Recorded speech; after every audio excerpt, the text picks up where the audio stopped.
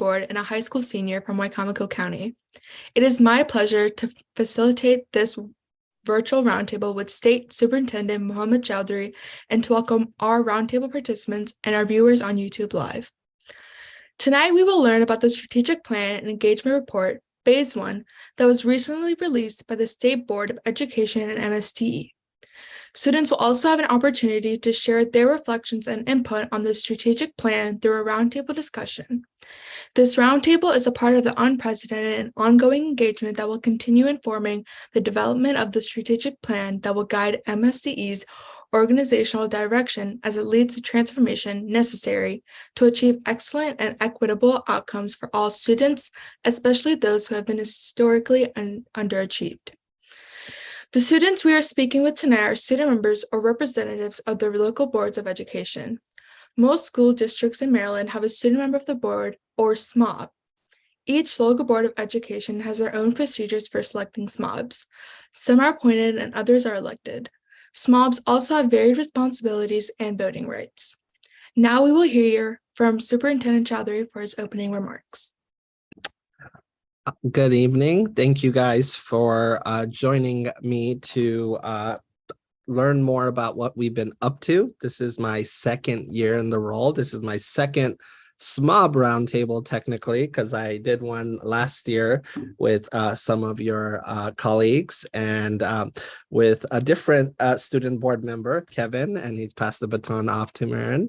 Merin, thank you for saying my last name just like the way my parents say it. It's always nice to hear that sometimes. And so that doesn't always happen, as you know. And so I really appreciate you guys joining us today. So, you know, the department is going through a massive change. Our state is past the blueprint for Maryland's future. Some of you may know a lot about it, some about it, maybe not too much about it, but it is going to define what happens over the next 10 years. Lots of resources being poured into our schools. So how that gets implemented and how that work touches our different schools and communities is going to matter.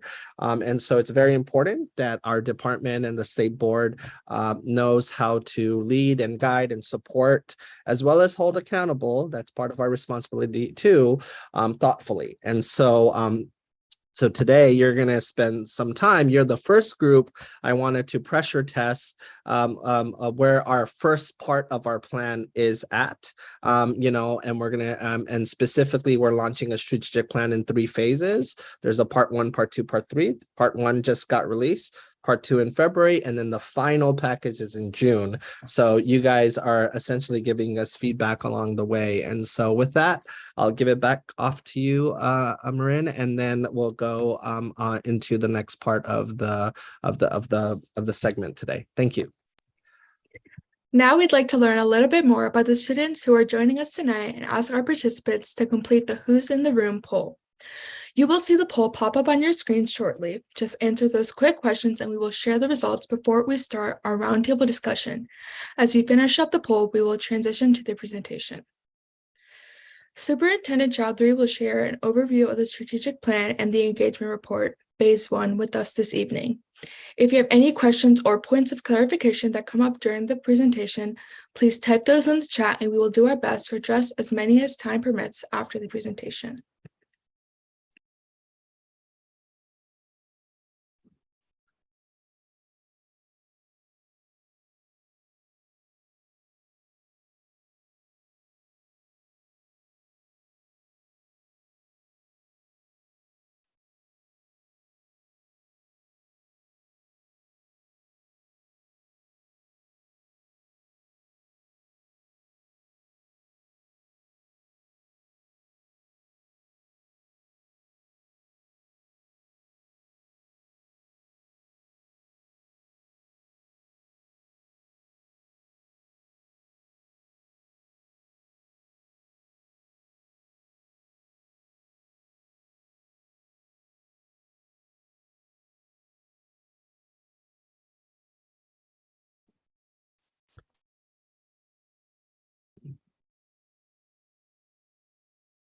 Lindsay, do we show the results before I present, or that's later?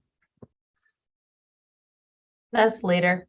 That's later. Got it. All right. You made me do an awkward silence. That's not cool with the students. All right. Let's I thought we were gonna aggregate and I can see who in the room was, but we'll do that later. So let's go ahead and jump right in. So I have a short presentation to just tell you on how we got to where we are right now. We have been loud about what we have been doing. But I also understand that we could always get better in how we engage. But it's been very important to me since I started to be able to engage our communities in different ways and really change the face on how the department reacts. So let's go ahead and jump in. So let's go on to the next slide. Okay, so the first, my presentation is going to be broken up into 5 sections. I'm going to give you an intro to our strategic plan, why we're doing one, and why that matters. I'll give you a brief synopsis of the blueprint for Maryland's future. It's a massive law, so I'm going to give you just high-level overview, like a 101 one-pager version of it, and then give you a summary of the level of engagement that we did and what came about from that work that we have done. And then I'll give you what our phase 1 components are, and then what's coming next. And then we're going to engage in on your thoughts around on what you guys are seeing in terms of the work that is going on in the state. So let's go ahead and jump to the next slide. Okay, so one of the things people often say is, why do you need a strategic plan? You know, I'm sure many of you are in districts that have a strategic plan. Some of you may have walked into your board tenure when you're in the middle of a strategic plan. Some of you may have been part of creating a strategic plan, right? And you have multi-year goals. And so the department has never had a strategic plan in a very long time. I mean, I even went back to see if I could uncover one. I have not been able to, but it's been a very long time since it's had one. It gives us a chance to really reimagine the organization. So the state board and I have decided to make sure we had something to be our North Star, to anchor our decision making, to anchor how we move. What do we know about education in Maryland? We know even before COVID-19, there were achievement gaps and opportunity gaps, especially for historically underserved groups. One of the things I said in my very first public meeting when I took on the role is just a simple return to normal is not going to be good enough, because a lot of people were saying during the pandemic, we got to go back to normal. We got to go back to normal.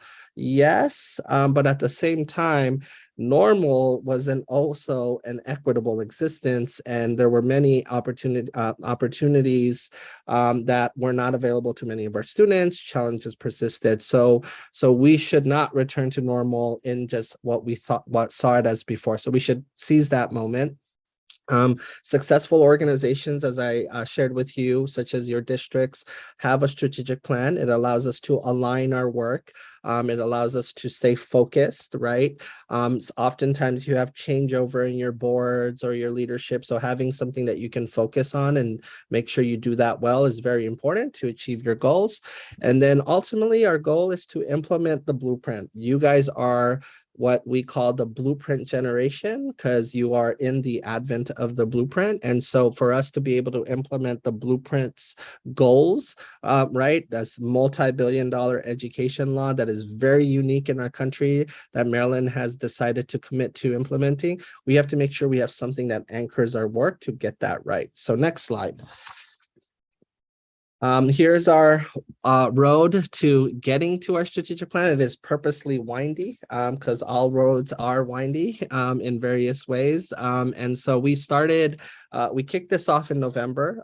We started engaging. We kicked it off with a survey, and I'll talk to you about what those initial survey results look like. And then we ultimately last month, we were in Washington County because we've been taking our show on the road, and we did a state board meeting in Washington County. We plan to do others regionally. We released phase 1. And so in phase 1, we wanted to revamp the mission statement of the state board and the State Department of Education, our vision, our values, the priorities, the things that we want to focus on based on the needs that we're seeing, and then something called enablers. And we'll talk about what the difference between those two are. And then as you see, we will ultimately go out to releasing phase 2. We are in phase 2 now, where we're going to engage around our phase 1 release. And our goal is by the time we get to phase 2, we would have goals and metrics, right? How are we going to get to where are we going to go in the next 5 years? What's our baselines? Where do we plan to go? And then ultimately, you got to have strategies, right? You got to have the how. How are you going to pull that off? How are you going to get more students prepared for X, Y, and Z? And so that whole spring time period coming up this school year, we're going to spend a lot of time in what I like to describe in identifying and committing to flagship programs, initiatives, and strategies that make that answer the how, right, to be able to fulfill our goals, and then right, implement and refine. So let's go ahead and move on to the next slide.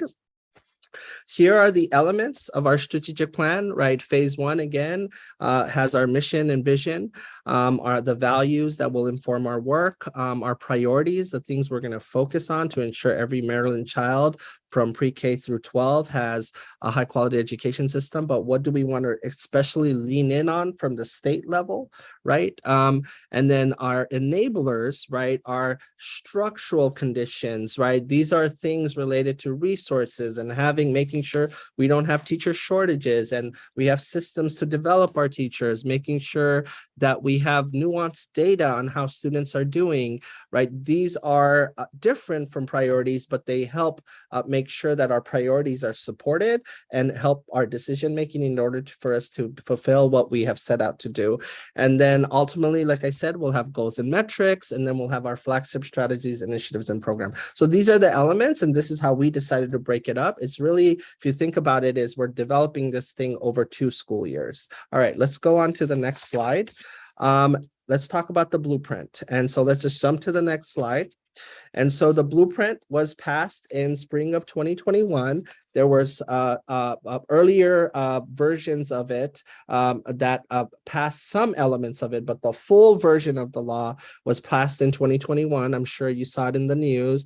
It's billions of dollars over the next 10 years into our school system. It is truly something unique. I can tell you, I've been in 3 different states. I'm a big ed policy nerd, and never has a state passed a law that is trying to touch every aspect of its educational system.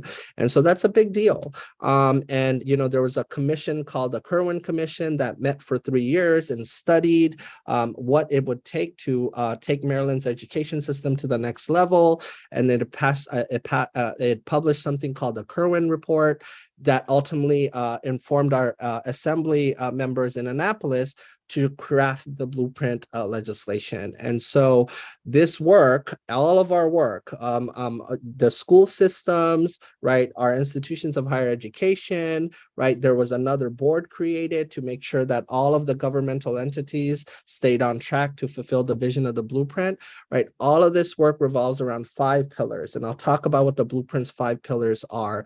And so let's go ahead and jump to the next slide. So again, this is a high level overview. I'm taking a 100+ page law and giving you just a high level overview of it. So there are 5 pillars. The blueprint is anchored around 5 pillars, and under each pillar are specific initiatives, programs, investments, etc. Right? And so pillar 1 in the blueprint law is early childhood education. So what does that mean? So making sure more and more of our families can access childcare, access high quality pre-K, whether that is in your school system or whether that is in a different setting outside of a school system, but making sure that more of our families can access high quality pre-K, that they have options. Maybe you want a Montessori pre-K. Maybe you want a pre-K that begins to is a dual language immersion school. Maybe it's a project-based learning or outdoor learning, making sure our families have options and making sure that the cost of pre-K is something that is accessible, especially for our families who are lower income or not as affluent, and making sure that we can cover that care as well. Maryland has something called the Child Care Scholarship Program that the blueprint is investing in.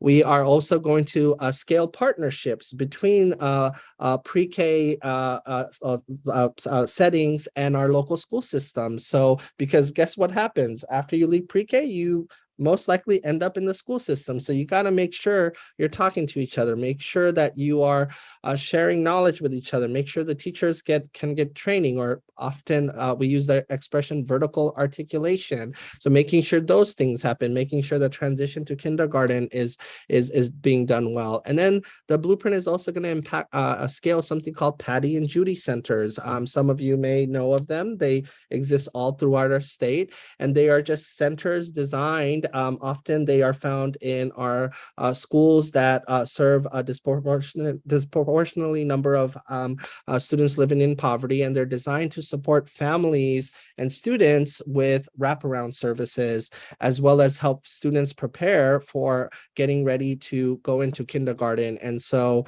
if you've never been to a Judy or Patty Center, if you have one in your system, I highly encourage you to visit them.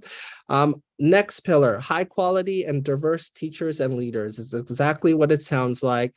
The goal is to make Maryland the place where you want to be a teacher. And if you are outside of Maryland, you want to come here. So it is raising starting pay to $60,000 for our teachers, which is a big deal. Not all of our systems are there.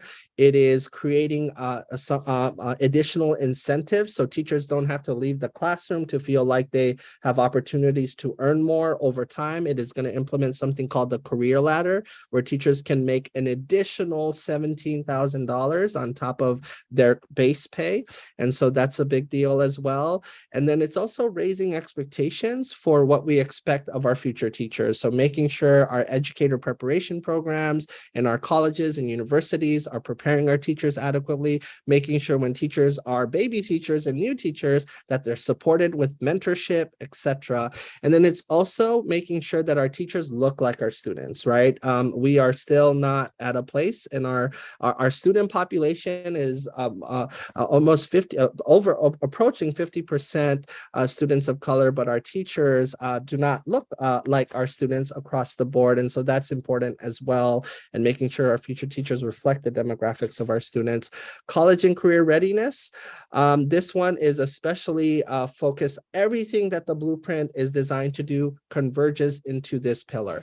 And so it's going to set new expectations to make sure all of our students are college and career ready by 10th grade. It's going to make sure that all of our students have the supports and the curriculum in their schools to prepare them to be college and career ready. And the whole vision is that by the time you get to 10th grade, you are college and career ready, and you can choose a pathway. And your pathway can be a wide variety of things. Maybe you are on the path to go to college. Maybe you are on the path to go to college, but you're also interested in doing some career and technical education experiences.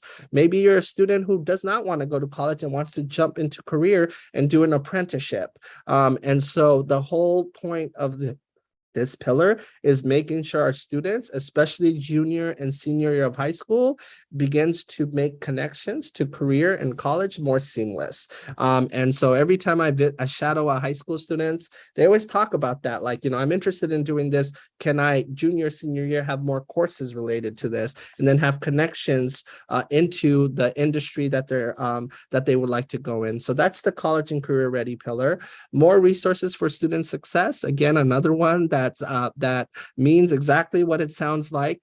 The goal is to invest in more dollars in our school system, so every student will generate more dollars. Our students who have more need, our students with disabilities, our English learners, students living in poverty, making sure our schools who service those students get more resources as well. There is something called the Concentration of Poverty Grant to support schools to create something called community schools. Some of you may have community schools in your district. It is an actual formal noun. And this whole idea of a community school is to partner with agencies to provide wraparound supports and services. If a student and their family are struggling with housing, or maybe they're struggling with something else, making sure our schools can lean into a partnership to provide that service, because, our teachers have to focus on teaching, but we know that they do above and beyond things every day. but we should all be connected to our social safety nets and services so our students can be taken care of with out of classroom needs. So making sure that those things don't get in the way of teaching and learning. And then finally, the last pillar is governance and accountability. And the whole point of that one is to make sure we are all held accountable and supported to be able to pull this big vision off, right? And so one of the big things for you to know, and I'm only going to focus on one thing on this one, is all of the districts have to turn in part one of their implementation plans. So you actually have to submit your plan as a school system across these 5 pillars. And part one is due in March of 23. So your district will be submitting a plan for how they're going to do these things, part one, in March of 23. And then part two will be due March of 24. So if you aren't engaged or you did not know that, you should be really engaged in that because a lot of details and plans will be in that. So just as a heads up on that, let's go ahead and go to the next slide. Let's talk about the engagement the department and the state board have been doing around to learn more about what's important to our stakeholders. So let's jump to the next slide. We decided to use multiple methods because it's not, you don't just do a survey, right? We wanted to do surveys, roundtables, community events, listening sessions, community conversations, right? We wanted to make sure that we had geographic diversity when we filled a room. We wanted to make sure we went to the party that was being held versus just throwing our own party, right? We wanted to make sure that we were taking a multi-pronged approach to be able to meet our stakeholders where they are. And so that's one thing I am proud of so far. We can always get better, but that is something that's been important. And so we have a community engagement team in the department. We want to make sure that we're able to do those things well. Let's go on to the next slide.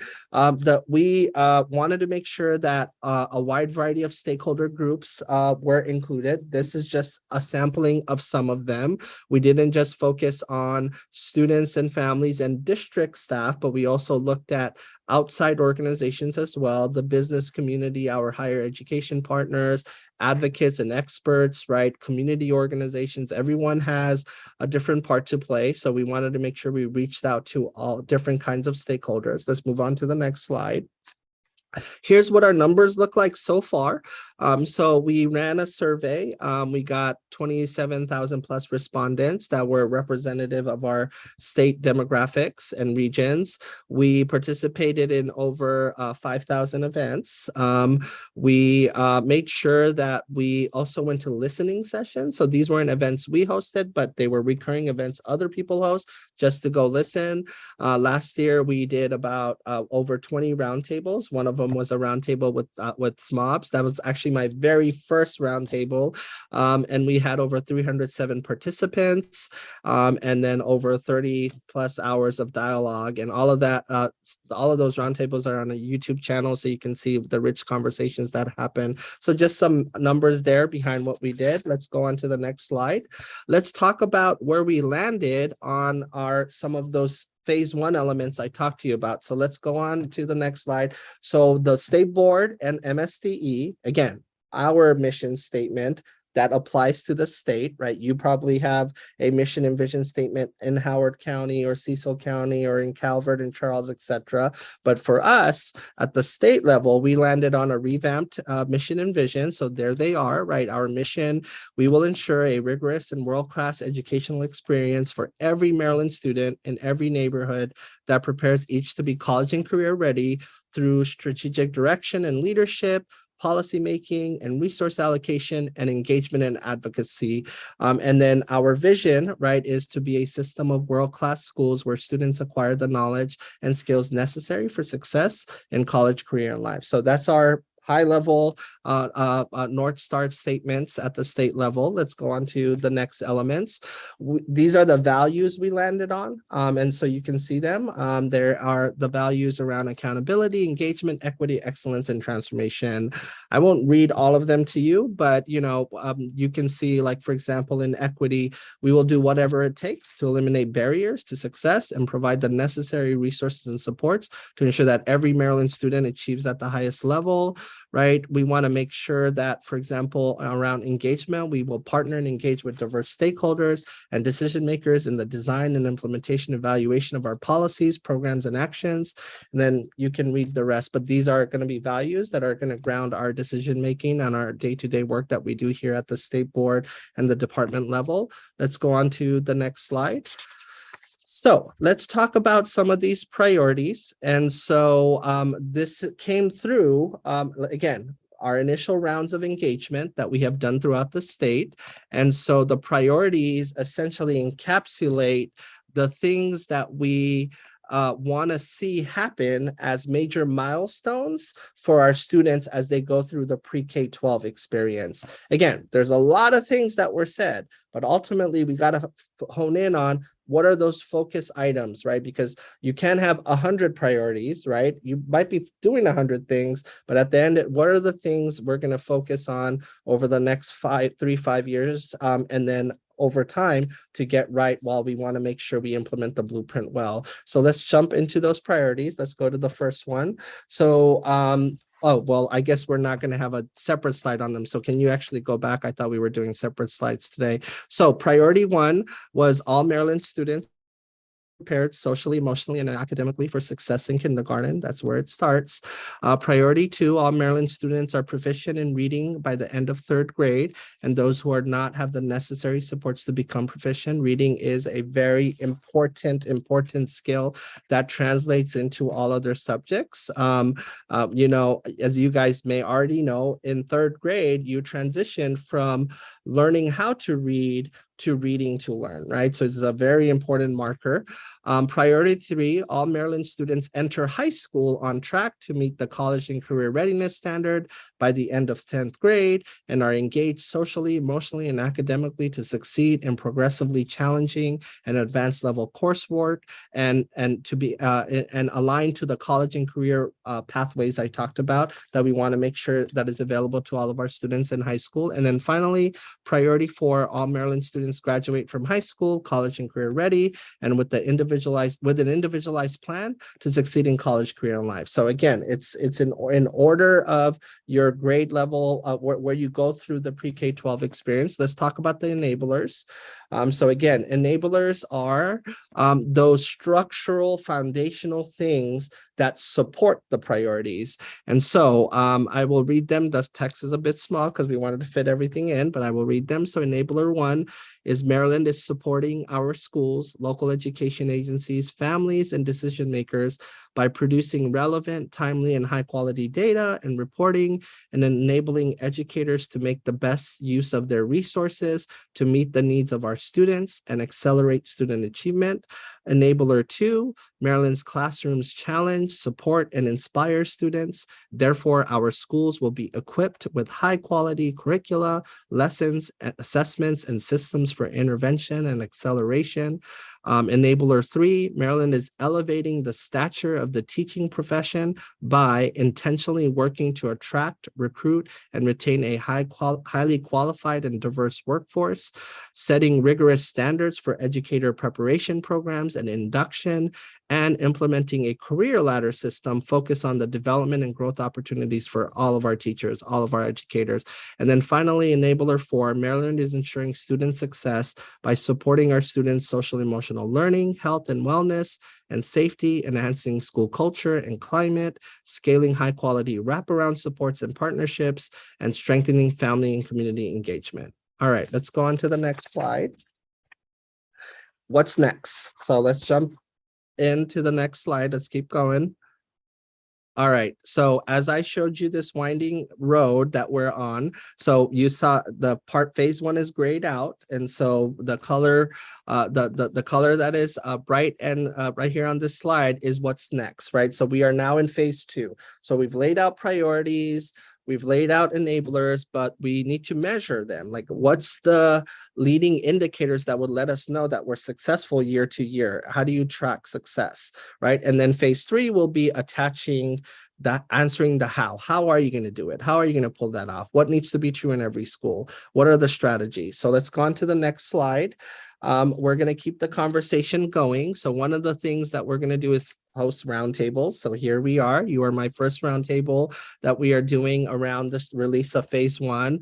We're going to continue doing all of our other events that I talked about, but we're going to do something unique in phase two is we're going to do these regional gallery and data chats and walks. And so we did one in Western Maryland, but we're going to essentially be doing multiple ones. So we're going to be going over. So for example, we are planning one in Southern Maryland next. Charles County will host it, but Calvert and St. Mary's will collaborate, and we will make sure that everyone is invited in a space that can fit a big group. And we want to do this interactive experience around this work and see what people say. So like I said, we're not done engaging, but this time we want to try something different where we would have this interactive experience so people can give us more feedback. So we're going to do a few of these between now and February. Let's go on to the next slide, please. Everything that I just shared with you is on a new website we launched, strategicplan.marylandpublicschools.org. There is the strategic plan guidebook that lays out the things I talked about. There is also an engagement report that will give you more information. For example, the student roundtable we had last year and what they said, you can go into this report and read about it. And so this report has the engagement report summarizes what we have heard and what rose to the top. So we didn't just make up something like out of the sky. So like, for example, that survey that we did statewide, the number one thing, whether it was students, business community, teachers, Southern Maryland, Western Maryland, the middle of Maryland, the number one thing kept being early literacy. Early literacy kept being ranked high. So for example, where you saw our ready to read priority came from. Let's go on to the, I think, last slide. And again, there is the website. And so please go there. We have a feedback form, and then you can also learn a little bit more about why we landed on where we landed. Again, this is phase one. This is a draft. We're getting feedback. And so you guys are here today to share that. And with that, I will stop and drink some water, and Merin will take over. Thank you, Superintendent. I learned a lot, and I hope our participants and viewers on YouTube did as well. Before we address questions, I want to give our participants a chance to rank the strategic plan priorities and enablers that are most important to them. A new poll will appear on your screens. When it does, please rank the top 3 priorities and enablers that you would like to discuss during the roundtable. We want to make sure you have an adequate understanding of the priorities and enablers in the strategic plan before we begin our discussion. So we will try to answer as many questions as time permits. May from Washington County asks, is funding from the blueprint covering expenses for dual enrollment courses and AP exams? If so, is there an amount each student has allocated for them? Do you want me to address some of them, Lindsay, or are we just aggregating their questions out loud? How do we want to do that? Yeah, we have a couple minutes to address questions to make sure everybody has a good understanding before we move on to the discussion. Yeah, so the answer is yes. Starting this year, AP exams, apprenticeship costs, dual enrollment costs, dual credit, etc. All those things, the blueprint says, it started this year, by the way. And so basically no student and family should be charged for dual credit and AP tests and exams and such. So if you're getting charged this year, you tell your superintendent and your school system, they should not be charging you for that. And so this is a new shift. You were probably in schools, if you were taking dual credit, depending on which system you were probably getting charged or not. It all depends, right? But going forward, no, students, regardless of income, should not be charged for dual credit. And this also includes CTE and apprenticeship experience and others as well. Roa from Baltimore County asks, what does financial literacy and improving that look like in the blueprint? Yes, so financial literacy right now in the state of Maryland lives technically in our standards across different grade levels. Now, there's a lot of conversation right now. The reason why the blueprint didn't say, hey, we're going to do financial literacy as a standalone thing, because there has been long-standing standards around teaching financial literacy. Now, I can tell you, I just shadowed a student recently, and I asked her, she was an 8th grade, I was like, hey, she also was talking about financial literacy with me. And I said, how much financial literacy have you been exposed to up to 8th grade? She's like, I don't think I've been exposed to a lot of it. And she was very honest. And so the answer to that question is, and I want you guys to think about this, and I don't want to answer this tonight or give you just one view or answer, is ultimately, if you make financial literacy a requirement, that's another requirement in your course sequences. So do you think if you just took one financial literacy class, that will solve it? So in your high school requirements, right now you have health, 4 years of English, right? All of those things. So would we make financial literacy another required class? So that's one approach to take. Or you can say, let's embed it in our math classes, in our other classes, but easier said than done. So something to think about. There's trade-offs, right? New policies, new problems. You want financial literacy? How do you want it? So something to think about. Adding to that, how can we promote professional opportunities such as research, internships, and CTE for every Maryland student? Absolutely. So that one pillar, that college and career readiness pillar, the blueprint has a goal, and this goal has to become true by 2030, but every year it has to increase. And so the goal is that 45% of students graduating from every senior class should at least have the experience of an apprenticeship and the ability to earn industry recognized credential. And we know CTE is not just for students who just want to go to industry. You could have college aspirations and want to do CTE. So Blueprint is going all in on that. Now, right now, the offerings are different. Like you could be in the same school system, and in one high school, there's more offerings than another. So there are inequities there. And so, but the blueprint does say that any offering that you offer and expand, you must offer it to all students equally. And so now we're not there yet, but just know that the blueprint gives dollars at the high school level to make sure that our school systems are able to do that. And by the way, we're moving from internships to apprenticeships. So the whole idea is paid experiences, right? Creative high school schedules in the 11th and 12th grade to be able to take classes in a flexible way while also earning while you are learning. And so that is where the blueprint is headed. Some of you may already have classmates that you know who are in apprenticeships right now, or yourself. Roa also asks about the student safety and wellness and wants to know, how does the strategic plan promote the necessity of having access to mental health resources and agencies around the clock? So that's the phase 3 work that we have to do, right? So if I tell you what all my ideas right now are, then the state board's going to get mad at me that I didn't work with them to come up with all these ideas. And Merin's going to be like, hey, what are you doing getting ahead of us, superintendent? And she evaluates me. She does have a lot of voting rights, which is the way I wish all of our students did, by the way. I'm all for that. And so, but just so you know, I don't want to answer too much of the how, but basically it's a lot of different things. But ultimately the blueprint, is going to be very passionate about something called community schools and wraparound supports and partnerships. And so we know our schools can't do it alone, right? We're going to have great partnerships with external partners as well. And so our strategic plan, I can assure you, is going to lean into that and how to do that well. So I'll just say that much for today. Great.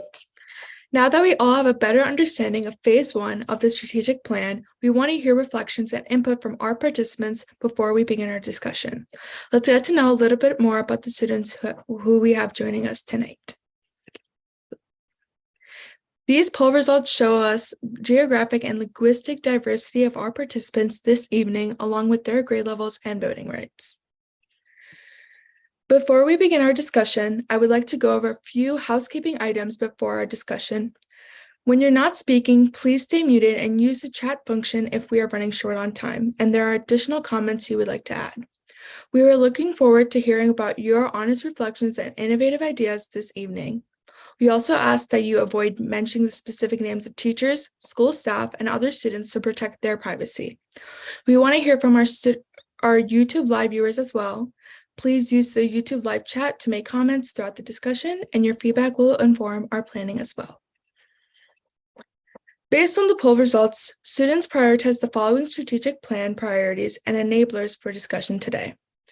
Priority 4, ready for college and career. Priority 3, ready for high school. Enabler 4, social emotional learning, health and wellness, and safety.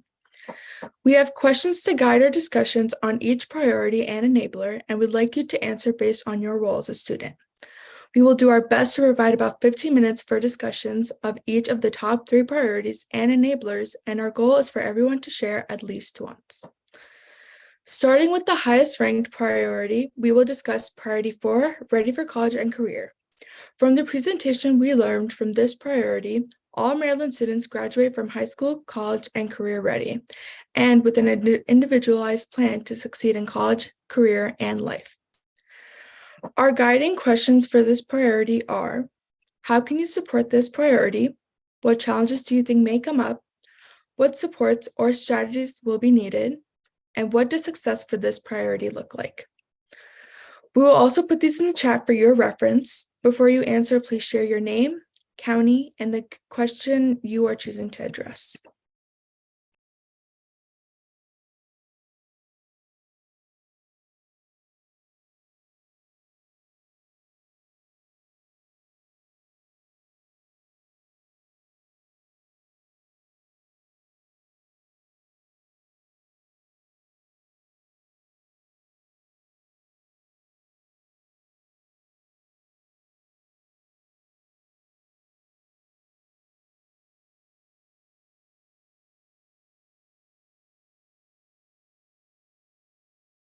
The guiding questions are in the chat now, guys, so if you want to answer them, please go ahead. Can we answer any question? Okay. So the question I want to answer are, what challenges do I think may come up? So if we're talking about ready for college and career readiness, I personally go to a school that offers CTE programs, so career technical education programs, and ours is throughout the entirety of the 4 years of high school. And one of the issues that I've seen within my school is that a lot of students, they go into this program and they find out throughout the program that this isn't what they want to do. They don't want to go into that field. They don't want to study that major in college, yet they're stuck in the program throughout the entire 4 years of high school. So I feel if this is something that we want to implement within our schools, we need to make it so that students have an opportunity to change like what they want to, what kind of classes they want to take throughout high school, and not make it so that they have like this set course that they need to travel through all 4 years of high school.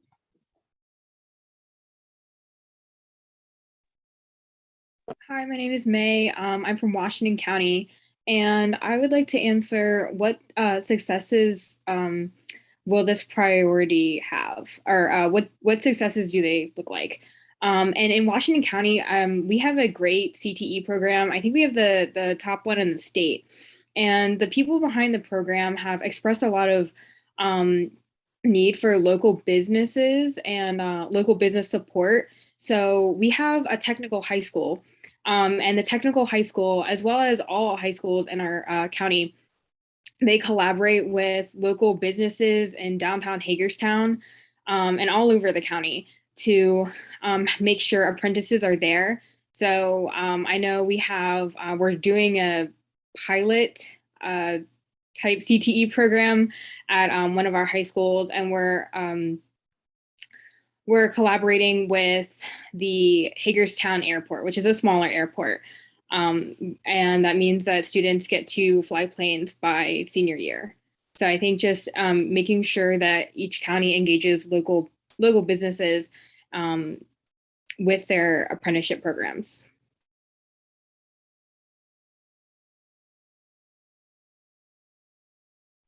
Roa, do you have anything to add? Putting me on the spot, Miss Merin. Hi everyone, I'm Roa. I'm from Baltimore County. I think I'm looking over just like what the priority entails, and I think like the biggest thing is just ensuring that we are encouraging every single opportunity a student can take after high school. I know for a lot of students, it means a 4-year school, but for some students, it means a 2-year community college. For others, it means an apprenticeship, and for others, it may mean something completely different, and that has to be okay. And there have to be avenues for every type of student to feel comfortable in the decision that they're making. So not only to have all of these opportunities available to them, but to ensure that every school, every student has them, not just one school in one area, but every single school has access to every single resource, and that they're encouraged to seek out what pertains to them, what they love doing, what they have passion for. So I really think the best way to prepare for college and career is to put students in those opportunities to learn everything. And I think one of the biggest struggles with that is just acknowledging that, we all think we know what we want, right off the bat, and then we'll change our mind a million times. And that has to be encouraged. That, the act of making mistakes and relearning and reteaching ourselves what we love has to be encouraged, or else, the strategic plan would, we wouldn't need a strategic plan if everyone just went in knowing exactly what they want. So I think it really is just making sure that the supports that we have and the strategies that we have encourage the safe failure almost, and the failure of saying, okay, well, I want to go to a 2-year college, and then saying, never mind, scratch that, I want to pursue an apprenticeship, and to be able to pursue each of those opportunities free of cost to every single student. Does anyone Okay. else?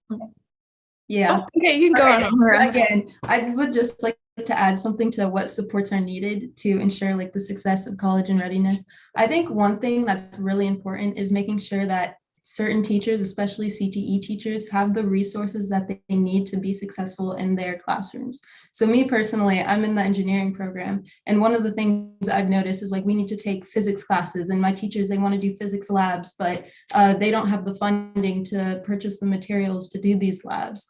And there's a lot of things that we can't do because these teachers are limited to what they can purchase and what we can do within the classroom. So just making sure that teachers are supported and they have the resources that they need to ensure the success of their programs and their classes. I would also like to add to the supports question. So I also go to a technical school.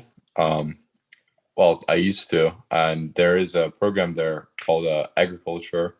And recently they started going to national conventions across state lines to connect with other agricultural technical programs. So I guess that's important, finding a community of like-minded individuals. Also, there's this thing called Skills USA. I don't know if any of you guys know that.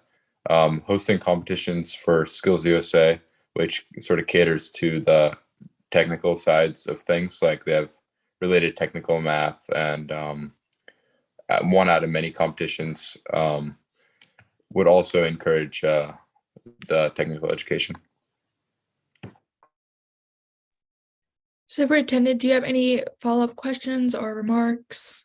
I think all valid points. Being able to try things, or as I tell my team sometimes when we're working on things, and we might not always do something that's gonna play out exactly the way we want it to, but I would like us first to at least fail forward, right? So like being able to learn from that and make sure that my team has the supports needed to be able to bounce back, and as long as we're moving forward, right? And so being able to design high school, and really we should start having career exploration back starting in middle school, I think, and so you can start thinking earlier.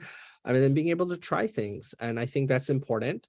I think in order to do that well, we're going to have to also make sure that there's flexibility in how you get your math, English, and those other foundational credits, because those get into your schedule, right? And so, I am very much into being able to, students who are taking English 10 asynchronously, or they are taking it in a more accelerated version, or they're doing a dual credit version of it at the university or community college on Saturday, and I think that's important. So I'm all for exposure and everything else, but you got those other requirements that can eat into your schedule. So how do we make sure that's flexible as well?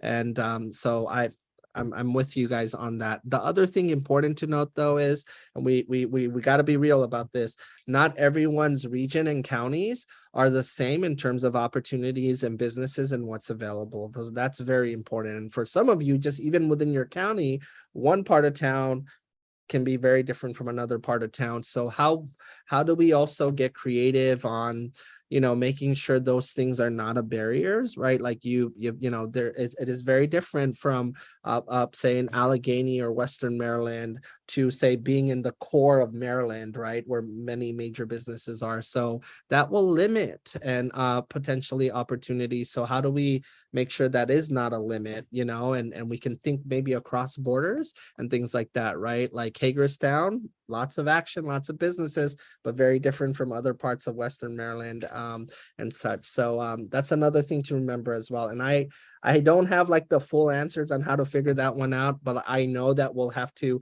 think beyond our own borders and think about regions collectively. So yeah. Moving on to our second highest ranked priority, priority 3, ready for high school. This priority refers to all Maryland students entering high school on track to meet the CCR standard by the end of 10th grade, and are engaged socially, emotionally, and academically to succeed in progressively challenging and advanced coursework aligned to college and career pathways. For this priority, we have the same questions listed in the chat. Please remember to share your name, counting, and the guiding question you are choosing to answer, and anyone can start.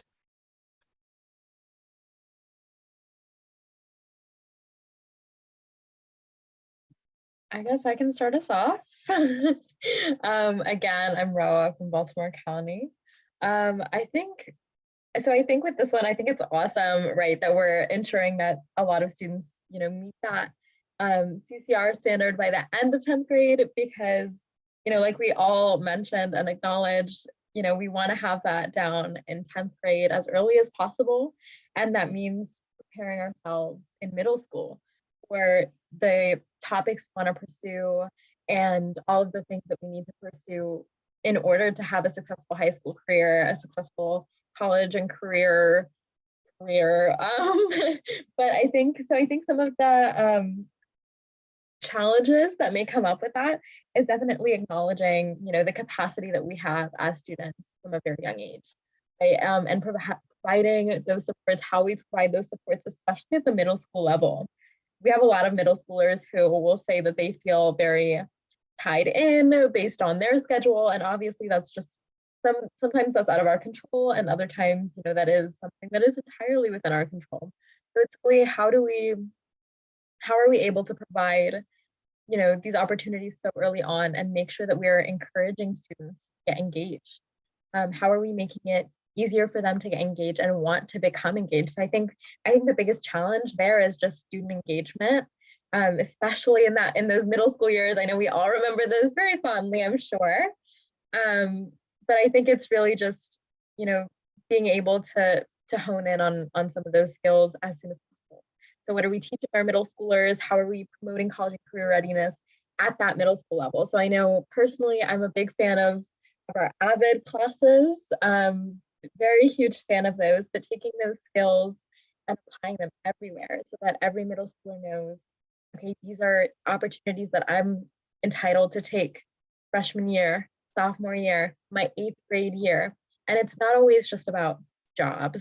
It's not always just about what am I doing after 12th grade. Sometimes it's about what can I do in high school to better prepare myself for the real world. So, as we mentioned, it's that, financial preparation as soon as, as soon as we hit middle school. I was very fortunate to have a college and career class in 8th grade. And that was one of the most defining parts, I think, of my middle school career, because it allowed me as a person to grow and as we all mentioned, fail forward and see what it looks like to fail forward in high school and have that skill set really early on. So I think I think I answered like more than one question, so I apologize for that. I'm gonna go mute myself so someone else can chime in. This is Emily Tedeschi from Carroll County, and I will be answering the third and fourth questions. What supports or strategies will be needed, and what does success for this priority look like? So as Roa had previously mentioned, there are restrictions on what capabilities middle schoolers can have with the flexibility of their schedule. And the gifted and talented programs that we have established in Carroll County allow for this certain flexibility in the advancement of the courses and the speed of learning. And that starts in elementary school. And we are constantly working. We just had a work session to work on that again and reiterate how the progression occurs and the connection between each school level. So a success for this priority would essentially look like teaching students how to pick the class level that is appropriate for them and understanding the self-awareness that they can reflect on themselves as is the best pick. Because while teacher reflection is great and teacher recommendation as to what course level is best for them, students also need to develop the understanding as to what is best for them and understand when to push themselves further and when an on-level course is most appropriate. Additionally, because of the restriction within middle school schedules, the furtherment of extracurricular activities that expose students to a wider variety of topics is critical, because if you're going into high school and you have the choice of which level, let's say government and politics class you would like to choose, but you've never been exposed to government and politics besides the course requirement, you don't understand what those different levels may look like or what that difficulty may look like. So expanding the number of extracurriculars available to middle schoolers helps them be exposed, and encouraging the participation within those extracurriculars allows them to expose themselves beyond what topics are being specifically learned. Because with the middle school curriculum, you very quickly have very segmented curriculum. You have earth and space science, you have chemistry, and you have life sciences. It's very broken up. So learning a larger the more niche subjects so that you understand what extracurriculars you would like to further pursue, especially because as we all are involved in student government, you understand how as you get older, you are able to progress in positions and responsibilities. So building that foundation of what extracurriculars you're interested in would like to stick with up through high school, or if you choose to change as you progress throughout that helps you understand a larger spectrum as to which classes to pick as well as what extracurriculars you want to take. So if you have an interest in both biology and political science, how do you balance which pursuit do you pursue during your curriculum and which pursuit do you pursue with your extracurriculars?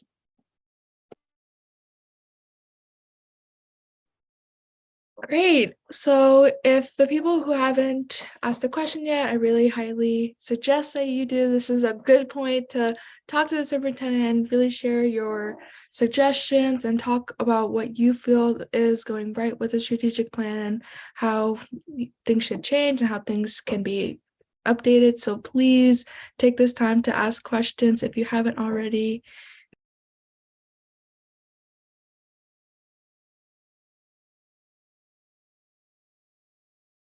Okay, so I have to cold call now. Arvin, would you like to go, please? I would love to. Good evening, everyone. Again, my name is Arvin Kim. I proudly represent students on the Montgomery County Board of Education.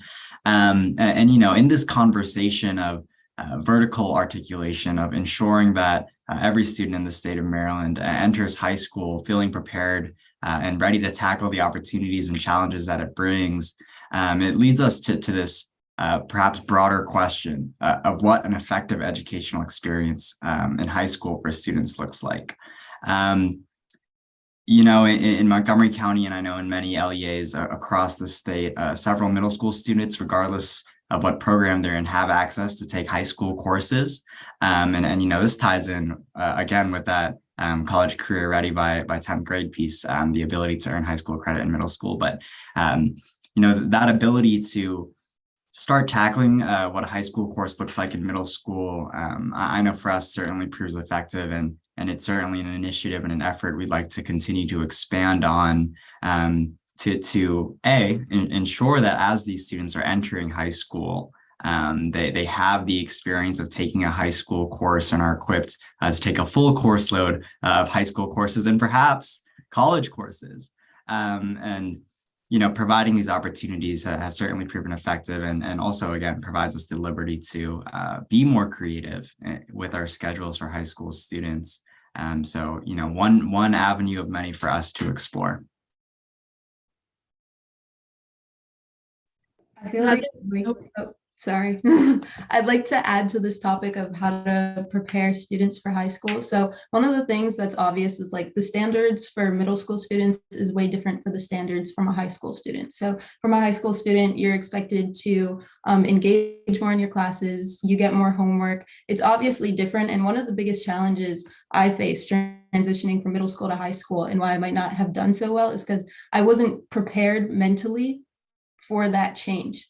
So I think it's important that in middle school, you introduce these students to what the workload is going to look like, and also like trying to introduce students to different like methods that'll help them in high school. So study methods, so how to like prepare for a test or homework, introducing that to middle school students, and also coping methods, because high school is going to be way more stressful than middle school. So telling them like how to cope with stress, how to make sure you're not getting burnt out. So those are important things that I think if you want to ensure the success of middle school students transitioning into high school and making sure that that stays like throughout their high school career, just making sure they're aware of those things and those methods.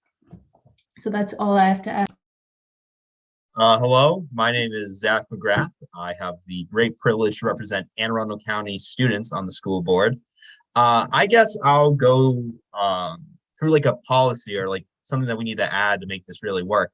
And I think that's mentorships. My good friend and alumnus of my school system, Dewan Gay, became the youngest alderman in Annapolis city history.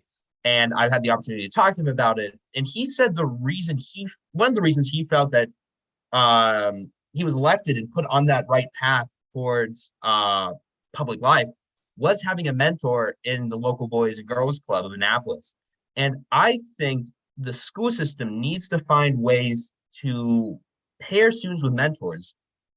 Colleges do it, the private sector does it, and public schools, we need to innovate. And if we're seeing private sector do it, if we're seeing higher education do it, I think we need to find new creative ways to get mentorships to make sure students, especially our most vulnerable students, are being put on the path to success. Hi, my name is Maggie Rathgeb, and I'm the student member from Calvert County. I kind of wanted to go back to what we were talking about earlier about college and career prep when we're in middle school. So like has been stated already, getting that information to our 8th graders about what kind of pathways and courses they can get involved in high school, I think is really important. For me, the classes that we were signing up for in 8th grade had an incredible impact on the classes that I'm taking for the entirety of high school. So if this pathway I signed up for in 8th grade is still the pathway I'm a part of now. So more information for our 8th graders about those things I think is really important. And then also a little bit about what Amira had touched on. I think that this ties into the social emotional learning aspect of this, getting those lessons for our 8th graders to prepare themselves not only academically for the rigor of high school, but also the social emotional aspect of it is really important. So having those lessons and those activities in place for our 8th graders and even 6th and 7th graders could have a great impact on them. To further the ideas Maggie just discussed, as well as Amira and Zach, all of our schools within Carroll County have advisories, and these are class specific, graduation class specific. So we could potentially pair these up, and this could be county specific, but I can share this idea for all. But we can pair these up with older freshmen class advisory with a senior class advisory so that there's a mentor, almost like older sibling, younger sibling situation. And additionally, that is where you can share with more personable relations these different study methods rather than the discussion with an advisory lesson where it's a slideshow for 20 minutes, where having that more one-on-one where students can really work together and figure out what works best for that individual student. As well as this can be expanded into PSAT, SAT, and ACT studying, because many students, especially the oldest of the family or the first to apply to college, many of those students feel trapped because they don't find many resources other than the books in the media center, and tutoring is, as we all know, extremely expensive. So that is not accessible to all students. So a mentorship of some sort would be greatly beneficial to the students who are progressing with these different tests coming up, as well as college applications. If, working with other seniors, you could pair up different senior classes or do some sort of mentorship in the junior years to prepare the next upcoming seniors. Great, thank you guys. Before we go to our next one, Superintendent, do you have any follow-up questions or remarks for the SMOBs? No, I just want them to keep churning out ideas. This answers the how that we'll get to in phase 3. So that's why that question's there. So lots of great ideas tonight. Along with the questions, guys, please reflect, give some ideas, just really speak your opinion tonight. And I know a lot of us are not afraid to, so just speak your truth. Finally, we will discuss the enabler participants ranked third. Enabler 4, social emotional learning, health and wellness, and safety. The description for this enabler is ensure student success by supporting our students' social emotional learning, health and wellness, and safety, enhancing school culture and climate, scaling high-quality wraparound supports and partnerships, and strengthening family and community engagement. Again, these questions are a little different. So how can you support this enabler? What challenges do you think may come up? What supports or strategies will be needed? And you can go on whenever. This is Emily Tedeschi from Carroll County again. I will be answering the third question, and this is what challenges may come up. And I'm going to specifically speak to the mental health piece of this. The mental health aspect is something that we in Carroll County have been struggling with, and we are continuing to pursue with the approach of security. And so for multiple years, we have been hosting the Navigating Difficult Waters event, which is an annual event where local community businesses and partnerships come and advertise what they can provide to students. While the turnout was great before COVID, unfortunately, after COVID and virtual, this has been seen as unsuccessful. We also hosted workshops from the Carroll County Student Government Association. Various board members would attend and provide further insight as to what is in place, as well as other local community members and experts in these subject areas to teach students, parents, or any other community members who's interested in what is accessible for students. We have restructured this program so that it is multiple nights spread out based on specific topics. For example, on December 7th, it is going to be hosted in our central Carroll County location in a high school there. And this will be specifically on the topic of suicide. And the previous topic was mental health in general. And so each event will be hosted with a different subject, as I mentioned earlier. And while I think this is great, and we're really trying to advertise, the large disconnect occurs between what resources are available and what students see is available. With not having mental health therapists in every single school clearly present at all times, this is a large struggle of students not knowing where to go. They go to teachers, they go to peers, and they go to guidance counselors. And the problem with this is teachers are not specifically trained in mental health therapy. While they are great people to turn to and get support from, and they can then further reach to resources in a time of crises, this is not an adequate resource. Peers have their own mental health that they need to consider, and 17-year-olds should not be dealing with these kinds of topics. And they don't, while they can again turn to teachers, some students don't know what to do in that situation. And that's why we're furthering the education within the health curriculum. But again, there's always disconnect there. And lastly, guidance counselors are guidance counselors. They are responsible for structuring schedules, working with students on interpersonal relations within the school. They are not there to be mental health therapists. And while they have been stepping in, which is great, that is not their job. So I understand that there is a large financial concern with what this may consist of. But it has been time and time again that students have turned, thankfully, to me saying, where do I go? Because they know I understand that. But my concern is for the student from the northern end of the county who doesn't know who to turn to. Where do they go?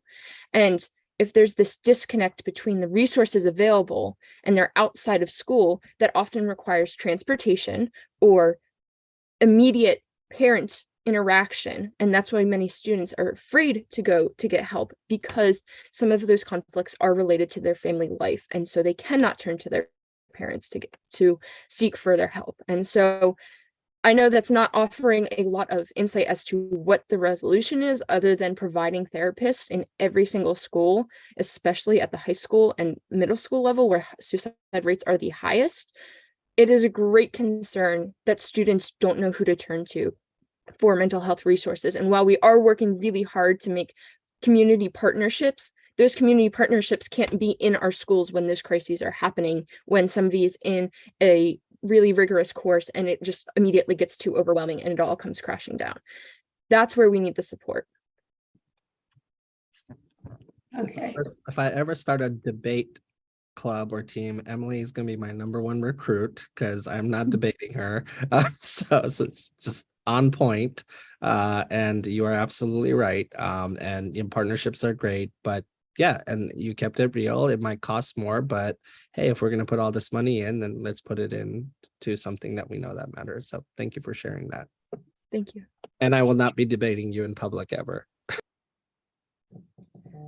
Okay, so I would like to add to what Emily was talking about. So she was talking about like in-school psychologists and mental health supports, having those people that you could turn to. And that's actually one of the things that I view as a challenge, because I know in my county, we have in-school psychologists, but a lot of them, they need to be shared among schools because they just can't find people to fill those positions. So my big thing is, if you can't find the people to support students when it comes to their mental health, we want to ensure as a school system that a student's mental health does not get to a point that's so bad that they need these supports. So we want to ensure that we have like a safe school environment where students feel welcome and they want to go to school and they feel like their mental health is supported by everyone in the building. So one thing I just want to point out, like in my county and the schools that the students attend, they describe them as a prison. That's how they feel. They feel that administration and teachers, they're all after them, and they don't feel it's a climate where they could properly express themselves, and they don't feel safe in school. And school is one of the biggest stressors on mental health. So I think it's important that as a school system, we implement systems that prevent a lot of things that take strain on mental health. So when it comes to curriculum, making sure that the workload isn't too overbearing. And if it is, students have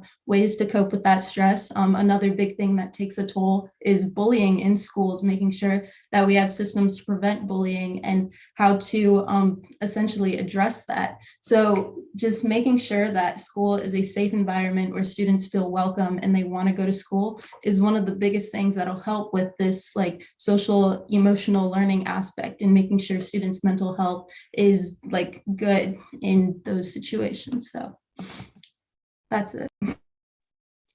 Okay, so I think I'm gonna talk about a little of what Amira said about I guess and what Emily said about I guess our shortage of therapists. We can't just I guess create therapists out of nowhere. So an idea that actually a friend of mine had, he had a study hall during his day, and we were just kind of talking about it. And a lot of high school students have study halls. So if we only have one counselor per school or one counselor per 5 schools, what if we utilize study hall times or free period times? Because I also had a study hall in middle school, I think every other day for at least 30 minutes a day.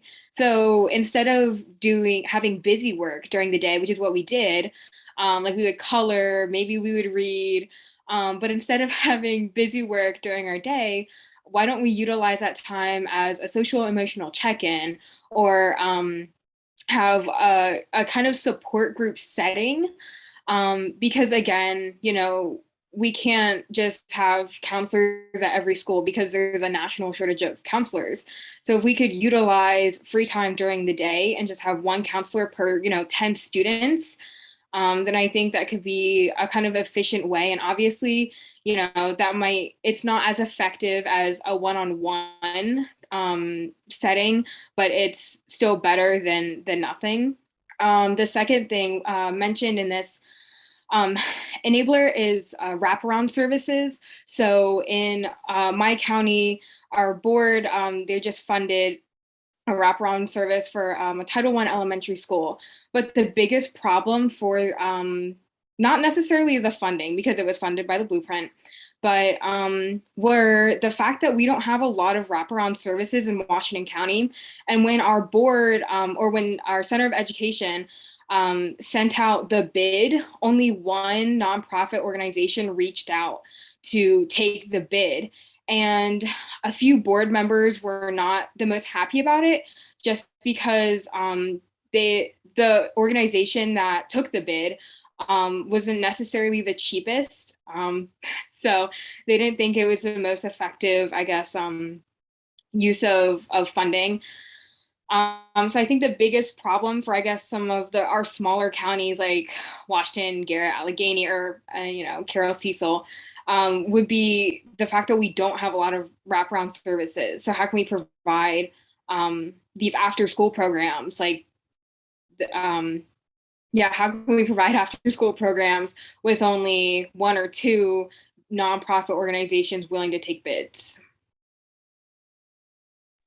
I suppose I could add to the supports and strategies thing and maybe build off on all what these guys said. I don't think I mentioned my name and county, but even though it's written on here. Arvin Kim from Worcester County. So May mentioned that we might not have enough resources to do after-school academies. At Stephen Decatur High School, students can do after-school academies themselves. They can go to the coordinator and plan after-school academies themselves. And over the years, it's sort of evolved to include different communities that would help people with their mental health. For example, there's a Gender Sexuality Alliance that holds meetings in the media center every Wednesday, and it's quite popular at our school. And we know that that's something that can cause mental health distress in many people, is feeling isolated, and giving people a shared community, I think, is really helping. We also actually have in the same place a grief support group, which meets on Thursdays. These are all started by students. So I think promoting some kind of community, and this community can be found even in sports and other after-school clubs, making sure that it's available and giving people an outlet is very important. Hi again, my name is Zach McGrath, Anne Arundel County Board of Education. I think that is a great program. What Anne Arundel County has been doing, which I think might be considered to be adopted in other jurisdictions, is we have in every high school, we have a 30-minute study block, but you can also go to clubs. So it allows students who don't have the ability to get involved in after-school activities due to an equity gap to get involved in the community. And I think that can solve a lot of issues, because the 30 minutes can be used to go to a teacher to get some academic help. It can be used to redo a test, which kind of takes the edge off of school-related stress, because if you don't have a reliable way to get to and from school after school, then you can't redo the test. It just becomes a cycle that harms the equity gap even further. And just finding ways to keep equity in mind, because if we uplift all students, if we uplift our most vulnerable students, we always uplift all students in the end. I want to add on to that real fast. So I think this is one of those things that I never stop thinking about, especially with mental health, with how we view our school safety. I visited a middle school the other day last week, and I always ask students, like, what is your favorite and least favorite part of your school? And one student said that her least favorite part of school was the violence. So I asked her, and she's a middle school student, she's a sixth grader, and I asked her, okay, why do you think people get into fights? And she responded with the most mature sixth grade voice I can ever imagine. And I told her, I was like, you should take my job after this. But she said that she was like, I think people get into fights because they don't know how to communicate their really big feelings, because they don't have the mental health support they need. And she said that, and my jaw dropped. And I think that that's something that we all need to acknowledge. Mental health is the base, it is the core of absolutely everything we do. When it comes to diverse teaching staff, it impacts our students' mental health. How they see themselves in curriculum impacts students' mental health. Everything comes back to the idea of our mental health. So if that isn't at the core of absolutely everything we do, we're doing something wrong. We are doing something wrong if we are not constantly thinking about student wellness, student mental health, and guaranteeing that absolutely everywhere. So that's sort of like my general just statement on mental health. But I think more specifically, I think it is so important that we have a community, that we continue to create this community with our students, because the reality of mental illness is that it is lonely, it is isolating, it is terrifying, and you constantly feel like you are by yourself in isolation and nobody can help you. That's what it feels like, and it's the scariest thing ever. I think the best thing that we can do just to start us off is by just creating a community, taking that stigma off, letting students know that they are not alone, that even some of their most successful friends, the people that they look up to, even they have mental health struggles, and even maybe they have depression or anxiety, or have struggled in the past, because knowing that can save someone from harming themselves, from becoming much worse. So I feel like there are so many things that we can do, and partner with local organizations and NAMI, and have this virtual crisis hotline at all times, and virtual therapy for all students at all points of the day. And those are all amazing programs that have been implemented across the state. And I truly hope that they expand. But I think, as someone who has had those mental health struggles, and I found myself, feeling very lonely in the past 4 years, I think the biggest thing that we can do is just let someone else know that they have a support system, that they have people. And we can say, and we can all admit that we are understaffed when it comes to our counselors and psychologists, but letting them know that they have one person in the building that they can just go to and seek help in, and just have those resources and all of the things that they need at their disposal, even if they're not ready to take it yet. Just knowing that it's there for them when they're ready. I think that's huge. I think acknowledging, and I think this goes back to middle school preparedness too. Sometimes I wish I had learned about anxiety when I was in 7th grade instead of when I was experiencing it in high school. And that's just something that I think needs to be improved across the board. So I think that's huge. I think mentorship, like Zach said, I think that is so important, and I think it needs to happen. I am going to stop myself because I know we have a cutoff, but I could talk about this for ages, and I know that all of the other sponsors can as well. But I think it's making sure that we are making our students feel like they have someone, even if we don't have every single resource that we should be providing them. Thank you, Roa. And with that, Superintendent, do you have any last remarks or questions for our SMOPs tonight?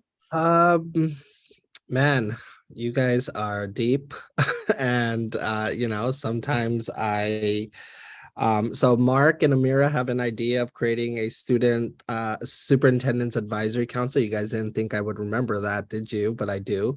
And I know you emailed me. Just know that I get 1,000 emails every time I blink, but I did see it. And so we will be meeting to create a more recurring structure by which I can have a group of mature students who are, just letting us know, like, the fact that you guys are even having this conversation, right? Like I think we have now, one thing that's that is good is that saying mental health and wellness and trauma is becoming more normal and normalized, right? Especially coming out of the pandemic. Now, what to do about it and how to solve it is a bigger challenge, and our school systems and the state is committed to figuring it out. But the thing that I heard, and I'll just leave it at that, is normalizing it means making it part of the school day. That's what I heard. Everything from what May said to Emily to Zach talking about the strategic scheduling. I know they do that at Northern High. I shadowed a student who had clubs built into their schedule. I see Maggie shaking her head, and then Roa, just having someone. It doesn't always have to be a counselor and therapist, but ultimately, if you do identify someone who needs a serious level of help, you do need a therapist. But early signs, early catching things early is the greatest intervention that we can do. So how can we normalize those things? So what I am hearing is the state board and I are not off in the enabler that we have put on, that we want to focus on. But the question is, how are we incentivizing? Are we supporting? Are we providing grants? Are we providing policy conditions that enable these kinds of creative use of time and resource to happen? And so that's the challenge. That's the multi-million-dollar, billion-dollar question that we are prepared to take on, and we will take on. So this is not the end of the conversation, guys. So keep making sure you're engaging. I am going to be connecting with Zach and Amira to talk about this Superintendent's Advisory Council, because it will just keep me on my toes, make me smarter, etc. Plus, if I ever have to debate someone, I can, tell Emily to debate on my behalf. So we could do different things. And so I really appreciate your guys' time. And like I said, I can't do this job alone if I'm not engaging students. We're not listening to you. You guys are why we do this, and we want to make sure we get it right. And so I really appreciate the time you took, just the level of answers. Like there are so many how answers. You guys got to details. And normally, sometimes I don't get that. Sometimes I get, you got to solve this. And I'm like, okay, well, can you give me an idea of how? And so you guys gave me a lot of different ideas. So with that, Merin, I'll give it off to you. Great. To our participants and those of you viewing on YouTube Live, MSD thanks you for joining us tonight for this roundtable discussion with students about the Strategic Plan Phase 1. Your feedback will guide the ongoing development of the strategic plan. We need as many of you as possible to give your input, so please complete and share the strategic planning survey at marylandpublicschools.org/survey. We will also post a link to that in the roundtable and YouTube chats. Thank you to the State Superintendent of Schools, Mohammed Choudhury, roundtable participants, and YouTube Live viewers. I appreciate all of you for coming and talking with the superintendent, and I know we all have busy schedules, so I hope you all have a great night, and I thank you again. Thanks for having us. Of course.